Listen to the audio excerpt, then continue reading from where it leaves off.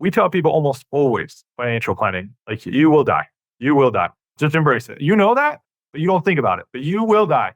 Your money and your resources don't have to die with you. In fact, that's a real shame if they do. You should be living your life in a way that causes your resources, whether that's time, whether that's money, but the investment you make in people, the investment you make in financial instruments, whatever, it should live on for generations. Like that, it really should. And if you're not living your life that way, then you're wasting the potential you have. Welcome to the Active Advisor Podcast, brought to you by Harbor Capital. Join us as we learn from pros who have helped thousands of investors live better lives. I'm Bryan Moore, and I'll be chatting with some of the brightest minds in the financial advisory business, bringing you insights on practice management and investment research that works for advisors and their clients. Joining me today on this episode of the Active Advisor Podcast is Austin Lane. Austin is a certified financial planner and the founder and president of Greenwing Wealth Management. With over a decade of corporate finance experience, Austin strives to foster deeper, genuine, and authentic client relationships as an independent advisor. Austin lives in Helotes, Texas, with his wife and 4 young daughters, where he enjoys hunting, camping, smoking briskets, and attending sport events. Outside of the office, Austin serves as a chairman on the board of directors for the Helotes Area Chamber of Commerce and is a director for the Helotes Economic Development Corporation. He also sits on the board of directors for the Bandera Natural History Museum. Welcome, Austin, and thank you for joining us. Thank you for having me, Bryan. Looking forward to this. I don't know where you find your free time. Just reading that, I mean, between that and smoking briskets, I know that takes a good 9 hours. You have to give us your favorite recipe here at some point in time. But all right, let's think of that. Yeah. Before we get started, I'd love to hear in your own words a little bit more about your role and what you're focused on today. Yeah, my role is, I would say we're transitioning very much. Anybody who's opened a business knows that you're kind of everything at first. You just got to figure it out and you got to kind of fill the roles of every department and every decision for a company. We've been very lucky the first 3 years and we've grown. We've been very blessed with some of the growth we've seen. And so a lot of my capacity, a lot of my processing ability right now goes to trying to figure out how to build a sustainable scale where we're preserving a culture that makes us unique and different in the industry, while also creating a capacity to continue growth. That's what I think about a lot. It seems like it should be solvable, but it's challenging. It's very challenging to try and build out some of these things, and especially in a way that's thoughtful, that isn't short-sighted, but really kind of intersects, I guess, the way to not give up short growth for the sake of long and vice versa. So it's challenging, but we're working on it. That's what we're up to. That's awesome. No, that definitely is challenging, but it sounds like just kind of our previous conversations, you're on the right path. Typically here on the Active Advisor, we like to get the conversation started by asking each of our guests, what's the first memory you have related to money or investing? Yeah, I was thinking about this. Probably when I was like 8 years old, my parents split up on 7. So kind of had like shared custody, went back and forth. My dad he saw this like parenting class. We went to a parenting class at church, and it must have been Dave Ramsey. I don't know how long he's been around, but I'm sure it was Dave Ramsey. And like, you should give your kids an allowance just to start building like responsible financial sense. And so he sat my sister and I down on the couch and he was like, listen, this is what they said I should do. I'm going to give you guys $3 a week and we'll see how it goes. And I was like looking at my sister like, $3 a week? Like, we're rich. Are you kidding me? This is going to be crazy. And I spent it all every week. It was terrible. This humble roots, not always a good financial decision maker, but I just remember that moment. I think in hindsight, should have tied it to chores a little more and really come alongside and make sure that allowance was pegged to a unit of labor. So I appreciate it a little more, but I ended up figuring it out in time. But yeah. Well, honestly, that's what really counts, right? You eventually did figure it out, but you're right. I mean, I think that would actually, going back, my wife and I have talked about that, kind of just trying to get our kids to do some chores, but I digress. Let's switch over here. I'd love to hear a little bit more kind of about your background and the journey that led you to founding Greenwing Wealth Management. So it was 17 years old, high school, and I got just randomly assigned to the student store in our high school, which is like 4,000 kids in this high school. So student store sold Scantrons and pens, and not that people know what Scantrons are anymore, but ices and candy and whatever. It was all cheap, but kids were in there during breaks and lunch and whatever. And I remember thinking like the school I went to was the epitome of cliques and very stereotypical, your jocks and your nerds and whatever you're allowed to say now. I don't know. But I would see all the kids unify around what student stores have. Like everybody liked Snickers and everybody liked ices and everybody needed Scantrons and everybody needed writing utensils. And I started to see currency is not so much pieces of paper, but opportunities for unification. And just everybody is interested in having more money, being able to engage in commerce more and represent what they like more, just interact with their world. And to do that, you need more money. And so I thought, well, I don't know really what I want to do in my life. I thought maybe I wanted to go in law enforcement. And I don't know. I really didn't have a clear calling at the time of what I thought I was going to do. But I thought, hey, I'll get a degree in finance and I'll figure it out along the way. Certainly, there's going to be opportunity to do something if I understand how money works. So I decided to go to San Diego State, got my degree in finance. And then while I was in college, that's when the 2008, 2009 kind of debacle unfolded and the world changed. And I graduated and there was no finance jobs. I don't know what I was expecting, but there wasn't finance jobs. Really, the only employer at the time was Chase. They just purchased Washington Mutual out of the ashes of 2008, 2009. They were rapidly growing. So they, very thankful to them. They gave me lots of opportunity along the way and hired me to be an advisor. I just grew into it. Hindsight, sometimes you force your will onto circumstances and sometimes vice versa. Sometimes the circumstances define you. And in this case, I think it was just how it unfolded for me. Found my way into advising, did 2 stints with JP Morgan. So back in 2015, if you're an advisor back then, you remember the whole DOL fiduciary rule. It's since been taken over by the SEC and FINRA are more driving that, which kind of makes sense. Back then, it seemed like, well, there's going to be a massive overhaul to the business. JP Morgan stopped doing the business that I was doing pretty much. That opened up a door for us to move to Texas. My wife and I, we had 2 girls at the time. American funds here, a couple of years with them, then got the call back out to JP Morgan, spent some time with them, and then ultimately came to the epiphany that at least in this business, this is a deeply relational business. And I will say this to clients, and I will say this all the time. The close, the ask, the actionable item, if you will, is I would like all of your money and all of your trust. It's a pretty aggressive thing to ask for. And so with that comes enormous relational capital. It requires a lot of trust. And I think that is just best done outside of the corporate constraints that are implemented by large companies that are more concerned with shareholder return than individual outcomes, both of their clients and employees. And maybe that sounds harsh, but I think that is honestly true. If you look at the landscape of the industry, I think when your primary focus is shareholder equity, returning shareholder equity, you're going to have conflicts that exist between that and employee benefits and client benefits and whatnot. And that's not to say that all the motives are in the wrong place, but I think that at least in this industry, people are best served by having local, meaningful, and deep relationships with the financial advisors. And it became abundantly clear that it was my time to leave corporate America and do this on my own. So I'm very thankful for the opportunity and the training and the licenses and everything they helped me get. And I would say I've only become more galvanized in that. I feel very strongly that in this industry, independence and working in an independent fashion with an independent advisors is going to lead to better outcomes in most cases. No, that's awesome. I think several of the people that we've had, several of the advisors actually that we've had on this show have definitely kind of echoed that sentiment to a large extent. I think one thing that really unifies across everybody we've spoken with is that they feel it enables them to better serve their clients. Would love to hear if you kind of feel the same. I couldn't agree more. The best example is I've been in meetings, and probably a lot of people listening to this podcast, perhaps you have as well, have been in meetings in corporate America where they will say, hey, what's the best restaurant in your town? And everybody will be like, oh, I don't know, this local one or that local one. And then it's actually the best restaurant in your town is McDonald's.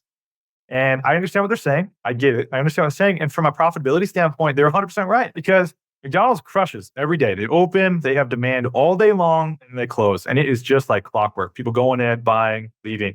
And the way they do that, they accomplish that with limited scale because what do you want at McDonald's? Because they only have so many things.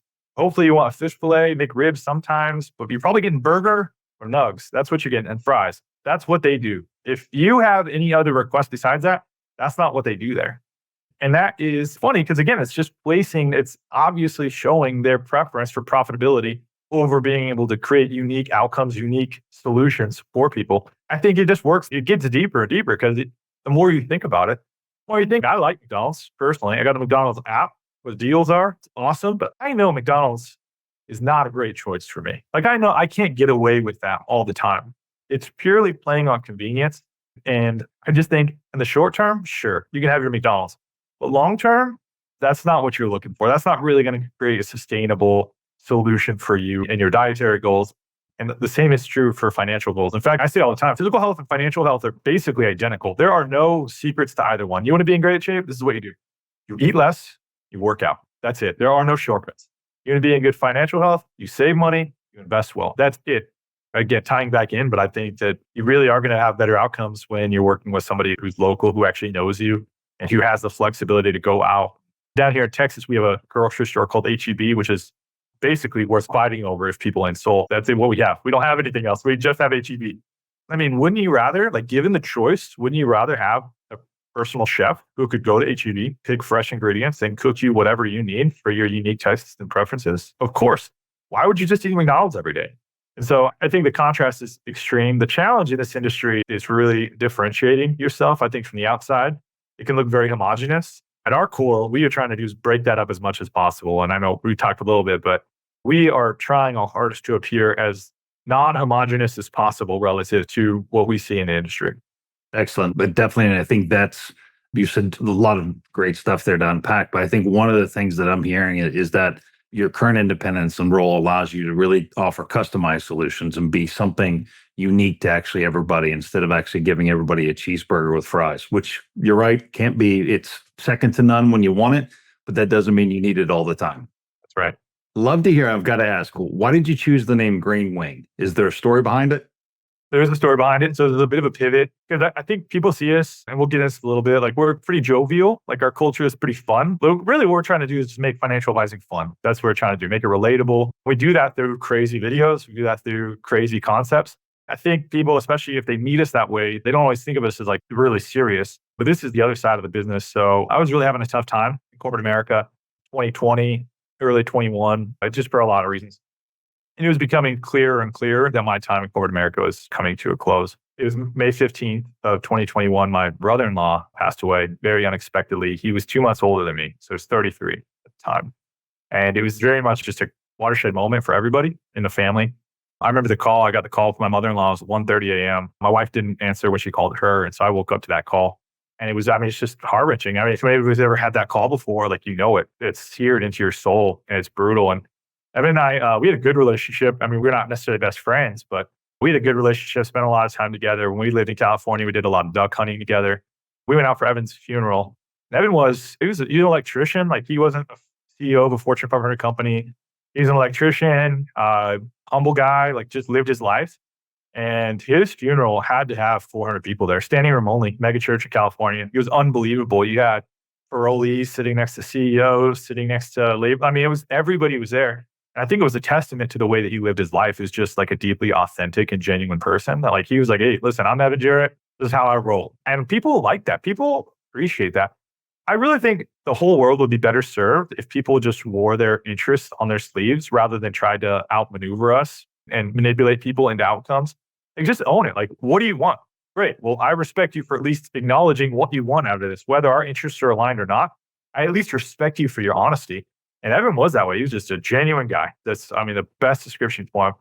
It was very moving. And I thought about, like, that's how I want to do business. That's how I aspire to live my life. Shouldn't we all be as rich as Evan was, that when we pass away, 400 people show up? You tell me what real success and real wealth looks like. Because if it's defined by having relationships and making a meaningful impact in your community, I have not seen somebody with a better pocketbook than him in that regard. And so I was thinking about naming the company any number of Rubicon, Wealth, or blah, blah, blah. But again, investment company names are pretty homogenous too. Like, they're pretty boring. They all imply the same thing. And Evan's nickname was Greenwing, because as Jim mentioned, we were duck hunters out there. And so everybody kind of had nicknames, and his was Greenwing. A lot of people are shocked to find there's a lot of different kinds of ducks. There's a million kinds of ducks. Greenwing is actually, this is an image of one. It's a painting, but they're just a kind of duck, and that was his nickname. And I was like, you know what?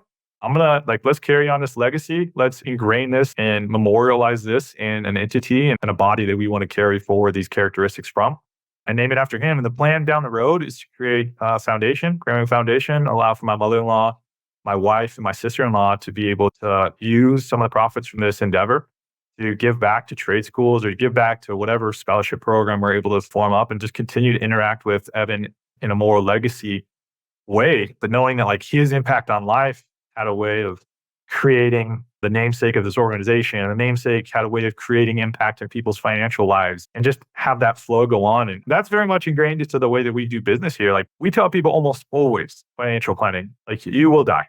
Just go out, you will die. Yeah, just embrace it. You know that, but you don't think about it, but you will die. Your money and your resources don't have to die with you. In fact, that's a real shame if they do. You should be living your life in a way that causes your resources, whether that's time, whether that's money, but the investment you make in people, the investment you make in financial instruments, whatever, like, you should live on for generations. Like, that, it really should. And if you're not living your life that way, then you're wasting. You're wasting the potential you have. I mean, that's cool. That's the heart of the organization behind the funny videos, behind the silly stuff we do. That's what we're about. We're about people. We're about legacy. We're about actually changing the world or the community one person at a time. And I've got to ask, it seems it's very heartfelt and you can feel your sincerity and hear it in your voice. And I think this is especially refreshing in this business where I think people kind of can look at us sometimes with the wrong way, but we're really here as kind of more stewards to help people kind of go through life and navigate the after, like you just mentioned. What's some of the feedback about around your videos? Are they reaching they're definitely funny. They bring market commentary and kind of the markets and kind of your insight in a very humorous manner. And if you haven't listened to them, folks, I guarantee if you want to laugh and you want to learn, you should check them out. What's the best piece of feedback you've had on one of the videos? Yeah, the feedback is overwhelmingly positive. I get everybody loves it. On a side note, I don't know what you have to do to be viral. Like, I feel like I've had some good videos. I don't know what I got to do. What do you got to do to go viral? I really think that the goal is just to have fun. Honestly, they're just as much for me as they are for other people. Like, what people don't want to hear about anymore, they don't want to hear about diversification. They don't want to hear about your process of how you implement screens into the profitability, blah, blah. Nobody cares. Like, people will send their nephews and their kids to me and whatever, or like, hey, can you talk to little John? He wants to be a financial advisor. And I always say, why do you want to be a financial advisor? They say, I like the market. And I say, great. Nobody cares. Just so you know, I'm not trying to rain on your parade here. But like, you so rarely talk about the intricacies of investments and portfolio construction with clients. Like, all you do is you communicate it up to the point where they are comfortable with your knowledge around it, and then they let it go. That's the whole point. And so nobody wants to hear about diversification, a little bit, but what they want to know is what you're about. And so I go about explaining that stuff in ways that's just funny, that's entertaining, that will actually keep people watching if I can help it. So some are more educational, but like the last one, for instance, I did was on pandas. Totally nonsense. It's panda bear investor syndrome, absolute lunacy. But it's just, I'll just be scrolling on my phone and I'll come across like a panda video. And pandas are hilarious. They're objectively funny creatures. Because it's just like, when I look at them, I'm like, that is how I feel. Just like, I don't want to. I'm just like rolling down a hill. It's like, oh, just don't bore me with this. And I think that investors are kind of the same way. It's like, oh, kids can't be bothered with all. Like, just handle it. Like, I'm just going to start and see how it goes. And so I was like, there's kind of a parallel between how I see pandas acting and how I see people sometimes approach their financial planning and investment needs. It's just, if we were more clear on how people could, or we made it more relatable and more fun, people would engage. They do engage. When it's just like, it seems like such a chore. It's so boring that it's just not a priority today. It will never be a priority today because people want to have fun today. They'll get their life right tomorrow. Unfortunately, that's the perpetual problem with this. But we try and make it fun today. So they're like, you know what? He might be crazy enough to actually engage with. I don't know, see how that goes. But I didn't mean to make so many Will Ferrell parodies. I keep waiting for that cease and desist letter.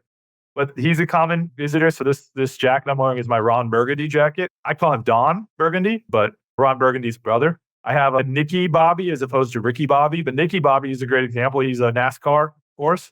And there's a lot of parallels between NASCAR, driving, racing, and investing.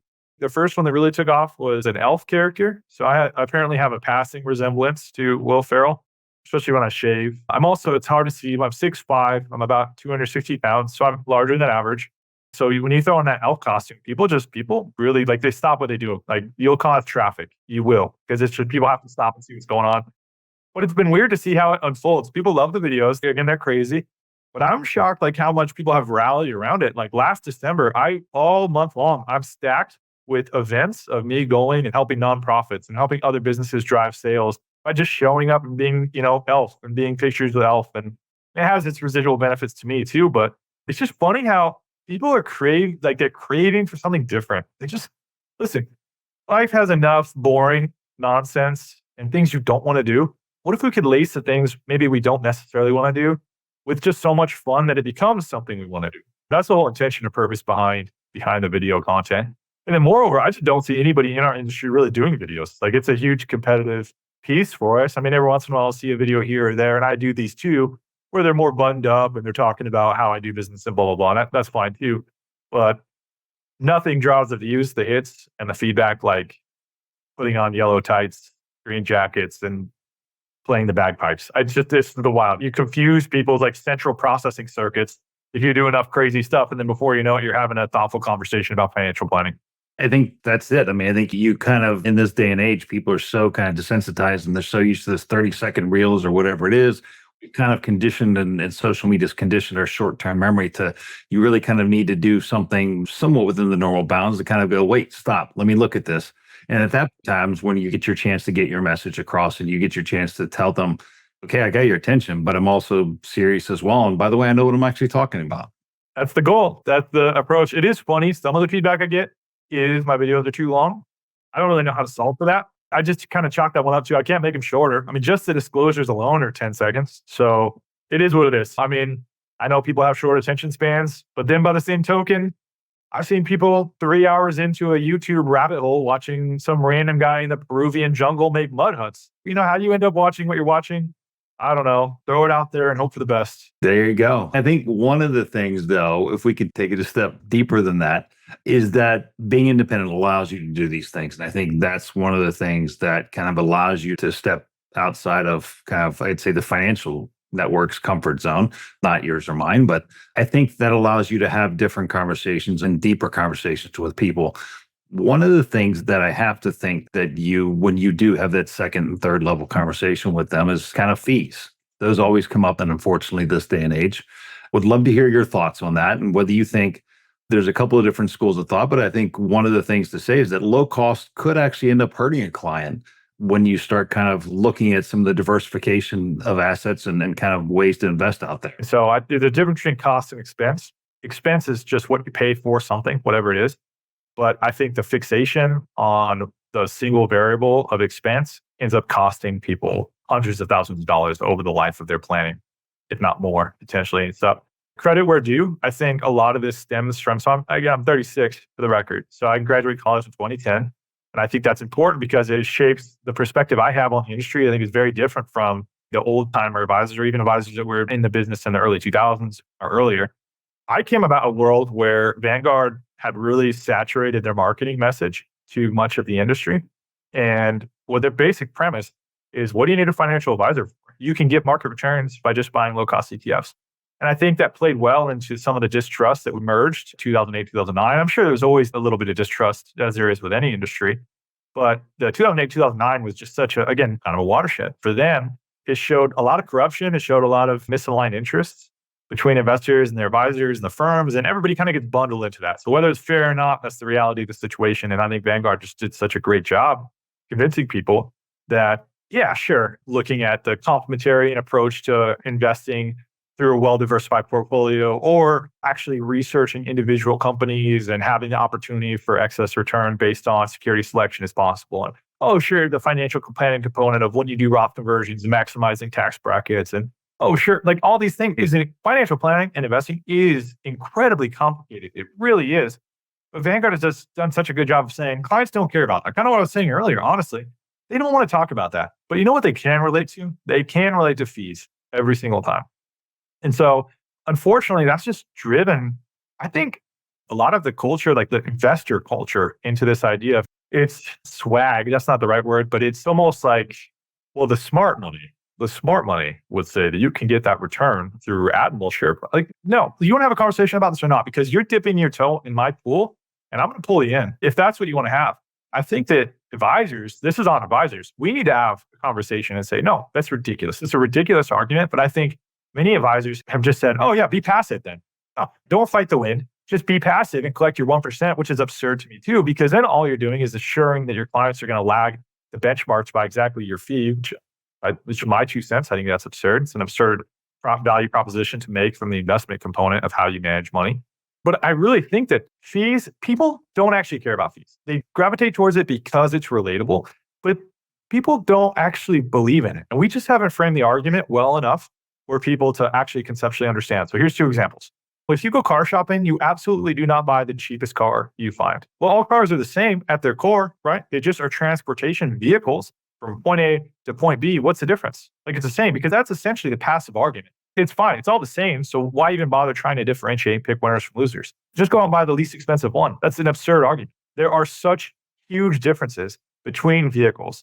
Again, some of those will be realized immediately. Some will be realized over time. But the idea that you wouldn't spend any time researching the right kind of car you want to buy is an absurd statement. And yet, that's how we pursue investments. And then moreover, like the do it yourself, like the kind of play it do yourself. So like, listen, I can, and I have a circular saw. I can cut a 2x4 and build a deck. Sure I can. This is how it goes.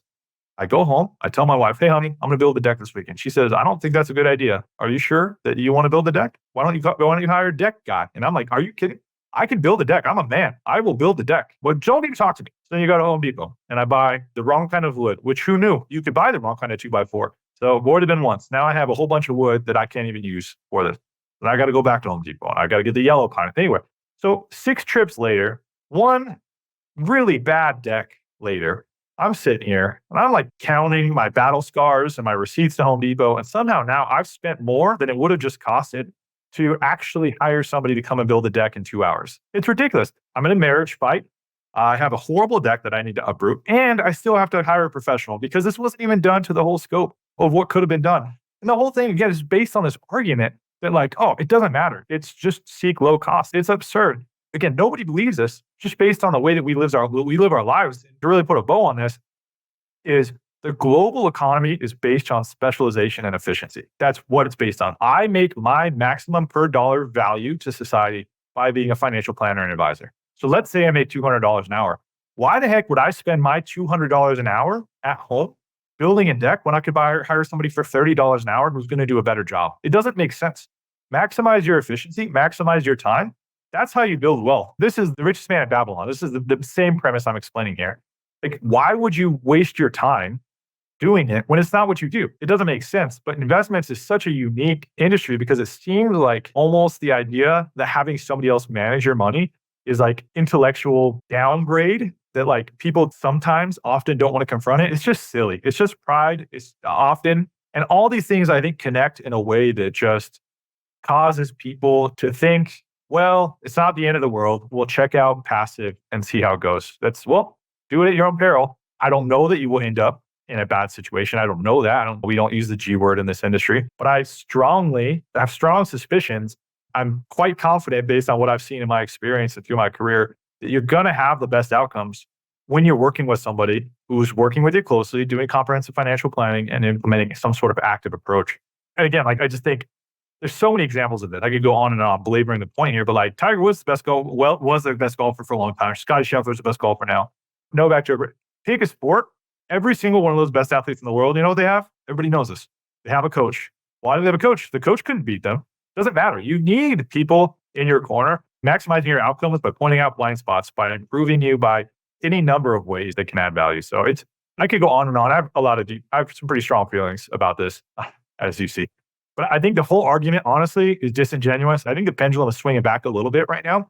But I think it needs to be stated clearly to the public and let the marketplace recalibrate to an understanding that you have to have an advisor and you have to implement active management. I really don't understand the argument besides that. Nope.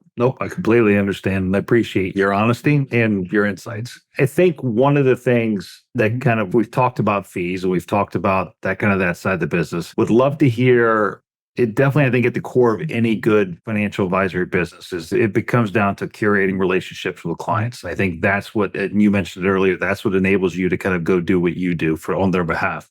You mentioned previously in a conversation that the 3 F's are at the corner of every conversation you have. Would love to hear a little bit more about that. Yeah. So finances, of course, faith and family. I think sometimes this could be a little buzzwordy, for being honest. Like I hear those sometimes, but it doesn't make them less true. They are at the core of every individual's convictions that they are. And so I don't even mean like this big faith, for instance. I don't even mean that you're a Christian or a Muslim or Catholic or whatever. Like you believe in something, faith in something. You have every human being by virtue of being a human being, you have faith in something. And those are like, that is at your core, what is somewhat eternal. Like that is what you believe in if all else fails.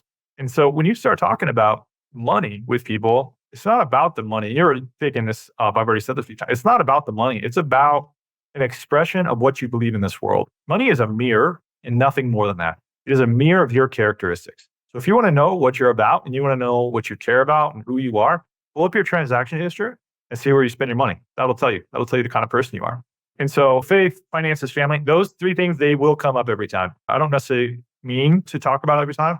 But when you're talking about money, which is just a very emotionally charged, a very deep thing with people, you just end up being so involved in people's lives that you can't help but having those conversations. And at the core, that's what's so great about this business is you really get to be deep with clients. Like you just end up with extraordinarily meaningful relationships where you feel them. They feel you. Like you just end up with such a relationship that has the potential for change in their lives. And I think that what you said earlier, I mean, this is a job about stewardship is what it is. So helping them have better understanding of their 3Fs. If they're curious about my 3Fs, I will share them. But really, it's not about me. I'm just the Sherpa on this journey at the top of Everest. I'm just helping them get better grasps around their 3Fs, get clarity around their resources and how they want to live. And it's a critical component. I mean, it's the reality of this business. It's very deeply meaningful. I mean, I don't know how many times I've had conversations where you're talking to the client and he's in his 70s and he's just thinking like, listen, I'm not going to be here as long as my wife is going to be here. And like, even if I manage money or even if I'm competent or even whatever, like I want to know who's going to take care of my wife and my kids when I'm gone. And he's passing the keys to you. That's a real charge. And I think that one that we have to take serious. Everybody asks, are you a fiduciary? Are you that? Sure. But like you still have to be high quality, high caliber person. That's what the industry needs more than anybody. It doesn't need salesmen. It doesn't need traders. It doesn't need all that. I mean, that's fine. It comes with it. But what this business needs is integrity and it needs people with character. That's what it needs more than anything.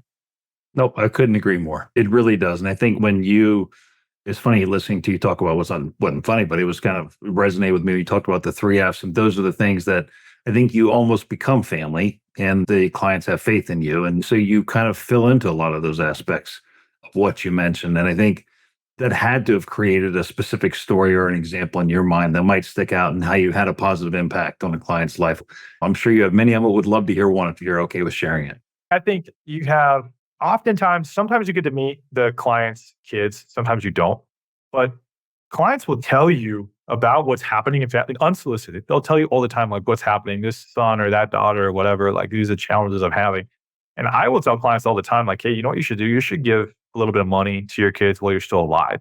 Because being on this side, I'm going to be here probably when you pass away, and I'm going to see the emotion. I'm going to see the tears in the eyes of the beneficiaries, knowing that their lives have changed and you've just rewarded them with an enormous amount of potential for their own convictions. And I think oftentimes people miss that. They miss that opportunity to participate in those life-changing moments. Obviously, you don't give away all your money in your lifetime, but the joy of giving is real. It's compelling. And this is all, it's a very watered down version, but we had a client one time and there's an issue finding the beneficiary. He didn't have kids of his own, so there's some challenge with that. So the beneficiary did not know they were a beneficiary. And it took a day. It took 2 days almost trying to track down this beneficiary. We ended up reaching out to the pastor who performed the service, the funeral service, and found the beneficiary. And I couldn't talk about a lot before she came and identified herself to me. And I didn't know her, but kind of going out of your way and seeing, it was like $150,000. It wasn't $1 million account. But $150,000 you're not expecting is a welcome sight, of course. And to see like this flood of emotions, these people like, what? My uncle left me, what? $150,000? And just like you could see almost like people talk about your life flashing before your eyes. You can almost see the relationship flash in front of that client's eyes. And just like the validation of like, man, I always thought we had a good relationship. I can't believe he felt that. I can't believe he would do this for me and the love he had for me. But that's really when you redefine, you see the perspective shift from, oh, this is just about maximizing returns and a risk adjustment. I'll be careful. Yes. All right, great. It is. But it's not about, this is about people. This is about people living their lives, meeting their purposes, maximizing their time and potential, whatever that is. And that is all done through deep relationship, through love for each other and really just caring about your neighbor and your family and being on this side of the desk and seeing those things come to fruition. Obviously, you don't want to lose clients and you don't want to see people pass away. But those moments are they're so memorable and they just stay with you so much because it's a reminder that's not what this is about. Like we're not going to live forever. What do you want? I say this to clients all the time, people do live their lives like they have spares or like this is their rough draft or this is their first go through. Like, how would you live your life if you really believed that this was the only July 15th, 2024? Would you doing what you're doing? Or would you be pedaling as fast as possible or paddling in a direction as efficiently as fast as possible to get the most out of it? Like you still got to work. You still got to do things you don't want to do. That's how life works. But I don't know that people would be as passive about their lives. There's another problem with passivity. Live your life active. live your life with intentionality. Anyway, that kind of went down a rabbit hole. Your example that you brought up shows that kindness is something that gets passed on and I think can occasionally get rewarded, sometimes monetarily, other times it can be in a different act. But no, thank you very much for that story. One more question for you, Austin. At Harbor, we're firm believers in active management, though it's important to acknowledge that every financial expert has their own unique perspective. From your experience, what is your take on active management and where have you seen it making the most significant difference? I'm willing to die on every active hill. I think the argument from the other side, we're in lockstep. I'm proactive pretty much in every capacity. The argument from the other side is, well, in efficient markets, there's less opportunity for alpha or for excess return or for deviation from the expected return.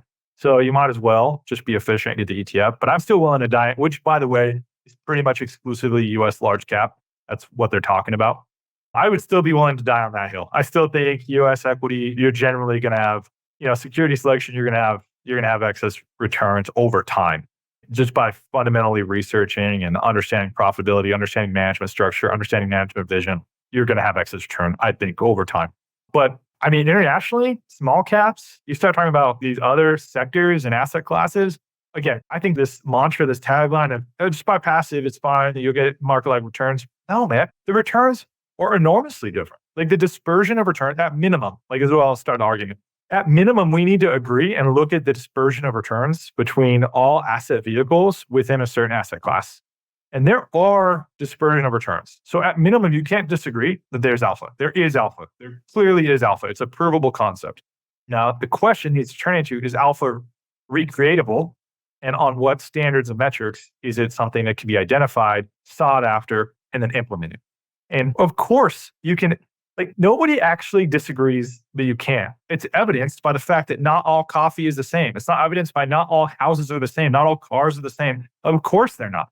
And so one of my favorite examples is in fixed income. I think it's the easiest one to pick apart because stocks, again, it's harder to, it's over time. There's some subjectivity to that. There's a lot more complexity. Well, it's a little more tricky in stocks just based on timing and a number of factors. But bonds are easy to destroy the passive debate in because you can't even buy the Barclays Ag, for instance. You can't buy the index directly.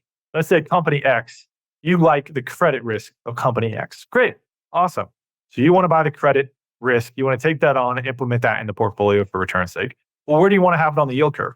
What kind of duration do you want to take on?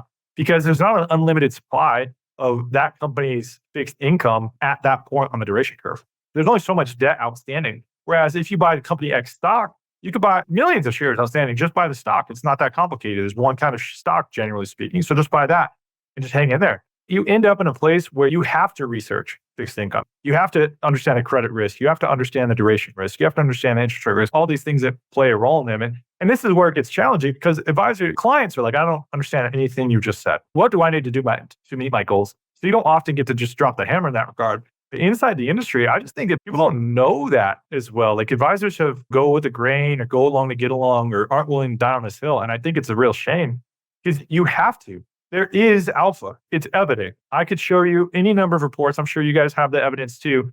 You look at these scorecards. It exists. Alpha exists. Now, whether or not you think that is replicatable is debatable, but it's a debate you need to have, especially if you're going to sit across from my grandma and tell her she needs to invest in your strategy. I want to hear your argument for why you think passive is the way to go. And then moreover, I think passive has gotten more complicated in recent years, I feel like, because active also has ETFs now. I feel like it didn't used to be that way. It was like ETFs were pretty much exclusively passive and then mutual funds were active and now it's all blurred together. But you can make an argument for passive on non-qualified, especially in US large cap.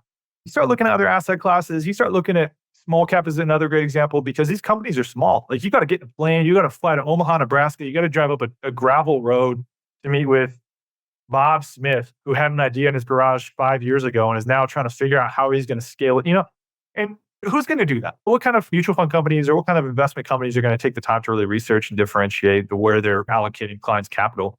And the ones who do, the ones who figure it out, the ones who are good at it, they're going to generate alpha. Imagine the complexity that comes about being a global supplier for semiconductors or for whatever widget, pick a widget, it doesn't matter. The complexity that goes into the management process, the production capacity, the shipping, it's a ridiculous argument. The passive is the only way to go. I could go on and on, as you're saying. But I just think it's very short-sighted. And like I said, I think the pendulum is swinging back.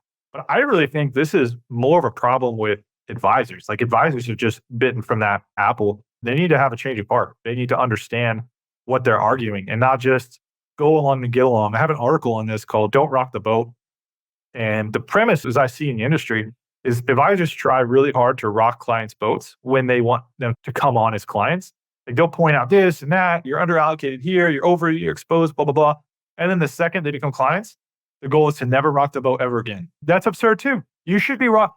You don't determine what's rock worthy or not. What you determine is what's in the best interest of the client. And if active is in the best interest of the client, passive is in the best interest of the client, and you can prove it, then so be it. But once they become on clients and they say, hey, I'm not comfortable with this investment, I'm not whatever, like you have a duty to educate them. And if they still, like, it's their money, right? So if they still want to be passive, fine, whatever. I have clients that have passive investments too. But like, you have to educate. You can't not educate. You have to be able to clearly articulate the differences in investment strategies that you're employing in these portfolios. Honestly, I have my doubts on how much that's happening in the industry. Last but not least, how can people find you? greenwingwealthmanagement.com is our website. I already mentioned our socials are active. My email, austin@greenwingwealth.com or 210-201-0051. I'd love to hear from people. We're trying things, and we're small enough to where if you reach out, you have an idea, you might just see a video on it. We're trying to have a good time. We're trying to change the way things are done. So thank you so much. We brought up a lot of really great points there at the end, and I think it's definitely something for everybody to kind of consider when they're listening to this and when they're talking with their advisor.